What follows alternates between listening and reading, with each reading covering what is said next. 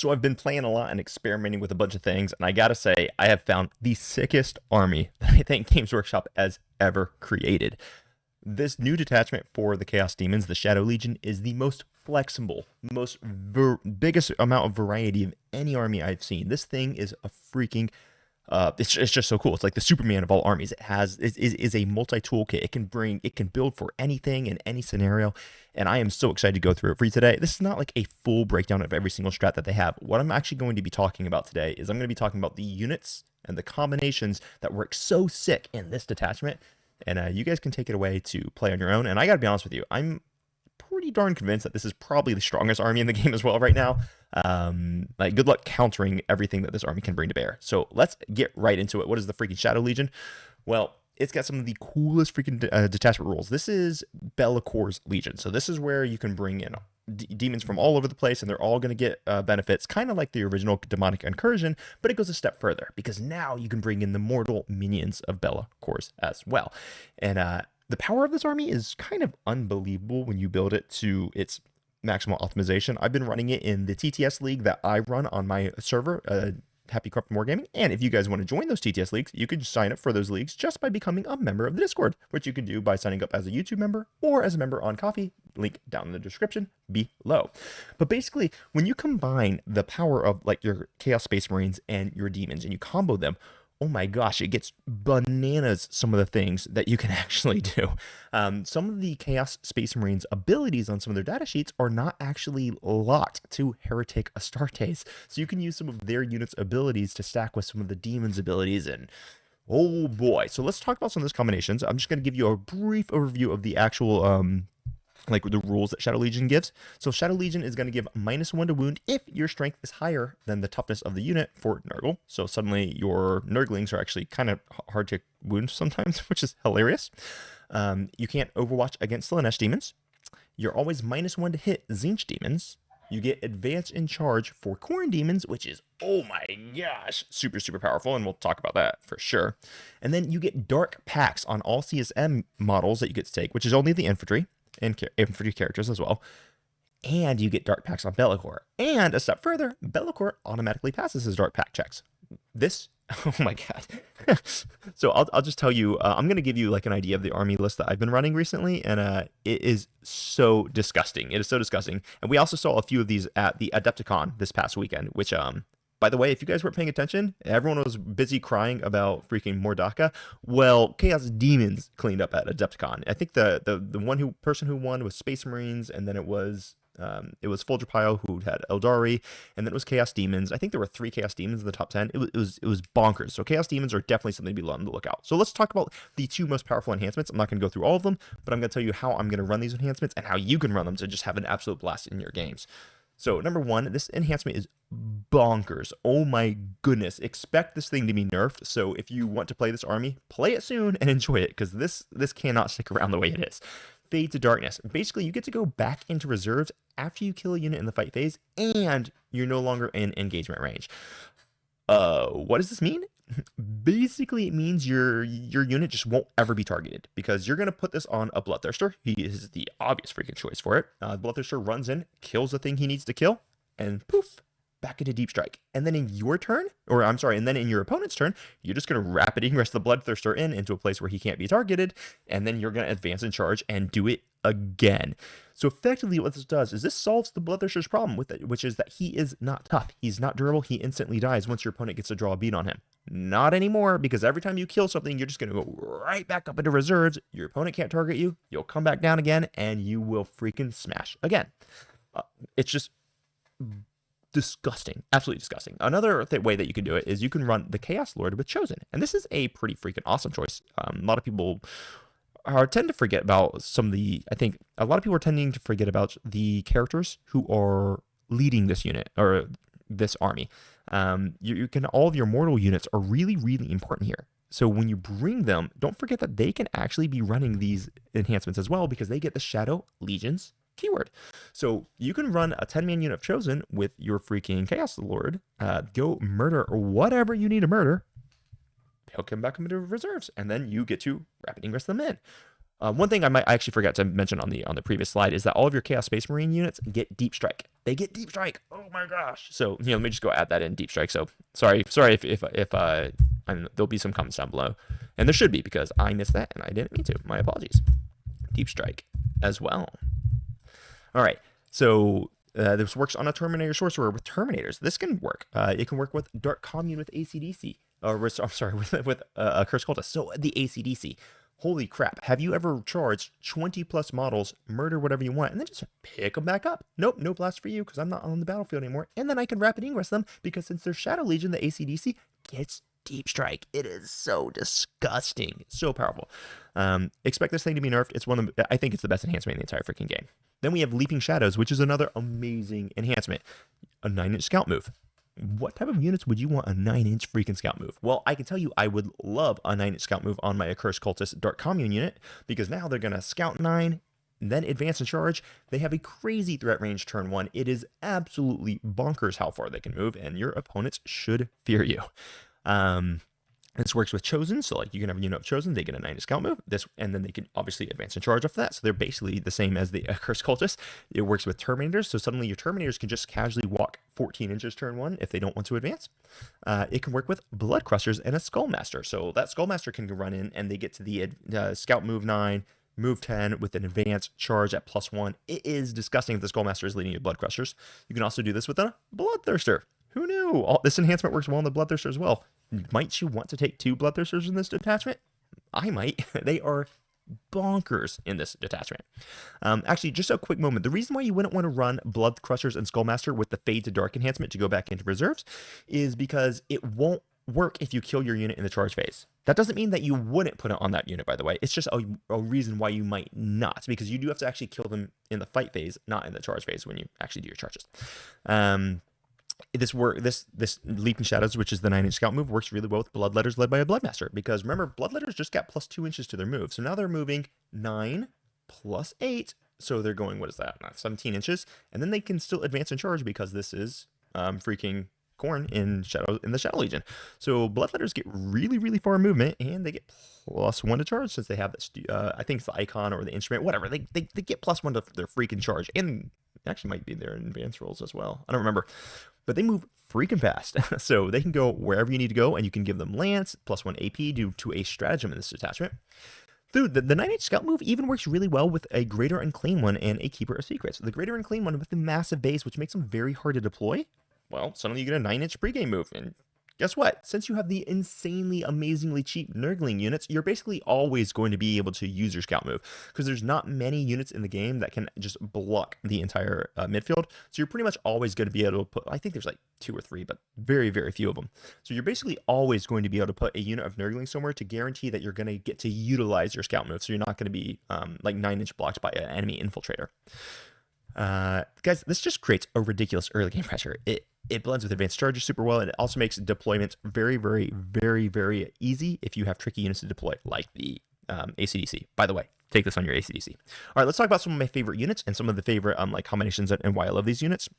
Belakor, this dude is a nightmare in this detachment. His 18-inch Lone Op Aura just enables everything. Suddenly, if like everyone's already always known that this has been a good ability, but now it's even better because of the units that you can give it to him.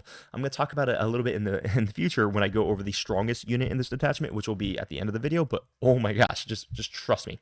He also is going to turbocharge the rest of his army in damage output if you give him your reroll 1s to hit and wound aura, because damn, that's strong, especially on Chaos Space Marine units, which are dark packing for sustained and lethal hits. It gets bonkers.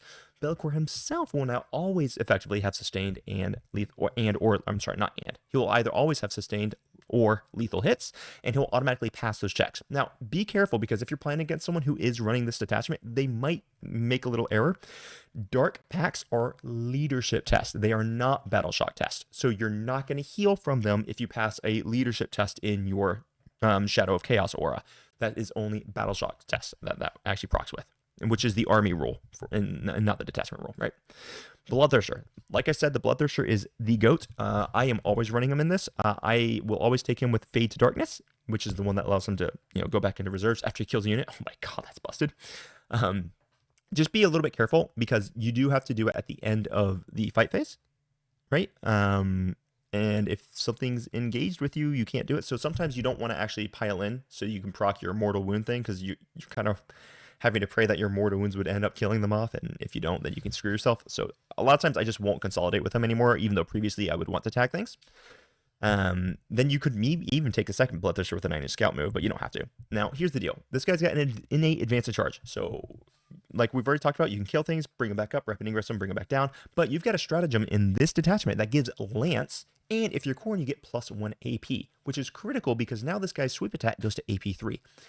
That's amazing. But we are going to make that combination better. Trust me.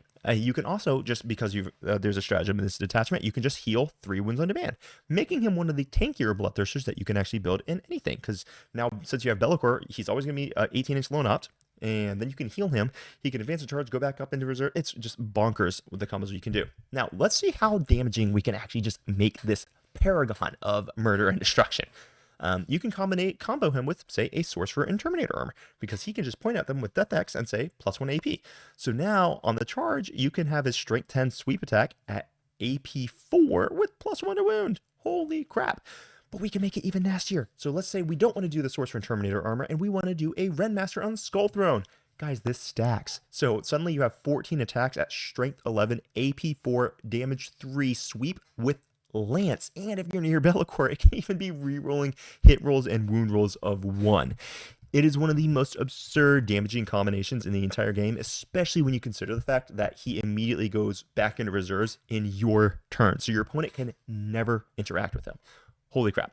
Let's go on to another unit, which is just great. So these are 2 units. I like the Sorcerer and Terminator armor, and I love the Raptors. The Death Hex that the Sorcerer and Terminator armor has is not keyword locked, and this means it's going to apply to all of your friendly units. So you can just like point at units on the board and be like, cool, everything in my army will be +1 AP until the start of, like, I think it's your next movement phase, but it lasts for the turn for sure. So it lasts in shooting and in melee. Oh gosh, this stacks with your Lord of Change, who is notoriously like only AP2. It stacks with Havocs. It stacks with Belakor himself, Accursed Cultists, who are only AP1. Flamers, suddenly Flamers go up to AP2 very easily. Even War Dogs, like, guys, there's a reality where you might even take, I don't know, freaking Executioners and use this. Of course, you can do that in other detachments as well, so I wouldn't probably do that here, but it's just something worth considering. It's very nasty where he can just give anything AP1, or an additional AP. It's, oh gosh, it's brutal. And then another Chaos Space Marine unit, which is awesome in this detachment, is Raptors. Guys, Raptors' special ability is that they force Battle Shock tests at the start of the fight phase. Well, when you combo this with being in the Shadow of Chaos, now your opponent has to take it at -1, and if they fail, they take D3 wounds. Brutal. You can just absolutely abuse melee armies with this one unit, the Raptor. It's just nonsense how strong it can be. Let's talk about some of the Tzeentch units, which get a huge glow up here. Guys, Screamers. Oh, a 6-man Screamer unit. Remember, they're going to be -1 to be hit. They're going to have a 4-pin vulnerable save. They move 14 inches. That's going to be 18 attacks that hit on 3s, strength 6, AP2 damage 2, and it's got anti-monster vehicle 4 up. The damage they put out and how tough they are with -1 to hit and a 4-pin vuln and 3 wounds. And then you consider that you have a Tzeentch strat, which can resurrect 1 model and heal a model. It's a big problem with Screamers in this detachment, and I've run them a bunch now, and holy goodness gracious, are they good. And then lastly, you've got your freaking Pink Horrors. Pink Horrors were relatively solved because people kind of learned how to deal with them, but when you stack an additional -1 to hit buff on top of the 4-pin vuln and then the splitting, they become very challenging to deal with. Now, you can still deal with them if you're using a combination of things like grenades and tank shocks, things like this, but it becomes very, very difficult, especially since you're still Chaos Demons. If they pass a Battle Shock test, boom, they're going to resurrect D3 models because they're Battle Line. Oh my goodness gracious, Battle Line is can we just say that Battle Line is a thing? So you can be resurrecting 1 with your strat and then D3 from passing a Battle Shock test. That's a lot. Okay, so yeah, it's just an insane amount of models. And then lastly, I'm going to talk about the strongest combo. First, we have 50 points for a normal cultist mob. Guys, I'm going to take 3 units of normal cultists in every single Shadow Legion army I can ever come up with. Chaos Demons are notorious for needing more units because, like, all the things you want to take are expensive, and, you know, they should be expensive because they're really freaking good. So I'm going to take 3 units of these. It solves the unit activation problem that Demons have. It gives you sticky objectives for a lot cheaper than, say, taking Plague Bearers. And then we have a cursed cultist with the Dark Commune. So if you're not familiar with what ACDC stands for, a cursed cultist is one unit, and the Dark Commune is a character unit that leads them. The Dark Commune is going to give them a 5-up invulnerable save, but in addition, it's going to give them a once per game ability where the unit will get advance and charge, +1 to hit, and +1 to wound. This makes the unit incredibly damaging, incredibly threatening. And then let's not forget that the unit also has a what do you call it? A blood surge move. So if you shoot them, they get to move d6 inches, and they can end in engagement range. It is a very challenging unit to deal with. It's a blend of 6 models that have 3 wounds, and it's going to have 10 models that have 1 wound, and then the Dark Commune itself. They're also all going to have a 6-up Field of Pain. So it's a 5-up invulnerable save, 6-up Field of Pain. It makes it very hard to chew through these models. All the damage 1 attacks that goes into it, you just put it on the 3 wound models. All the damage 2, 3, 4, 12 damage shots that come through, you just put it on 1 wound models. They don't die easily. They're extremely fast. They hit exceptionally hard when you stack them with their sustained hits or their lethal hits. And if they're near Belakor, you can give them an 18-inch lone op. Guys, this unit has been nerfed about 5 times this edition because it keeps being too good. And let me tell you, what they didn't need was 18-inch lone op, uppy downy, and a 9-inch scout move. It just makes this army absolutely disgusting. So I can tell you the list that I've been running. I ran Belakor with the Bloodthirster with Fade to Darkness. I ran triple ACDC, ran 3 squads of Cultists. Then I ran, I think it was 2 units of Screamers, and I think it was 4 units of Nurglings, and that was about it. And it was amazing. And that's basically the bones of what I've been working with. I do want to start playing around with that Renmaster just to make the Bloodthirster truly absurd. But there's some other ways I've done it as well. Like I said, Chosen are cool. This detachment is awesome. There's so many different ways you can run it. I really want to hear about the ways that you guys have been running it. Give it a try. Trust me, some of this stuff is going to have to be nerfed because I think it's clearly the best game, the best army in the game right now. I'm not sure we've had enough time. It's only been 2 weeks to really see all the results out. I know they crushed it at Adepticon, and you're going to see them really popping up a lot more for those of you who love Chaos Demons. So with that, I'm going to close out. Appreciate all of you, and I hope you have a great day. Yeah, there you go. So crump on. Bye-bye.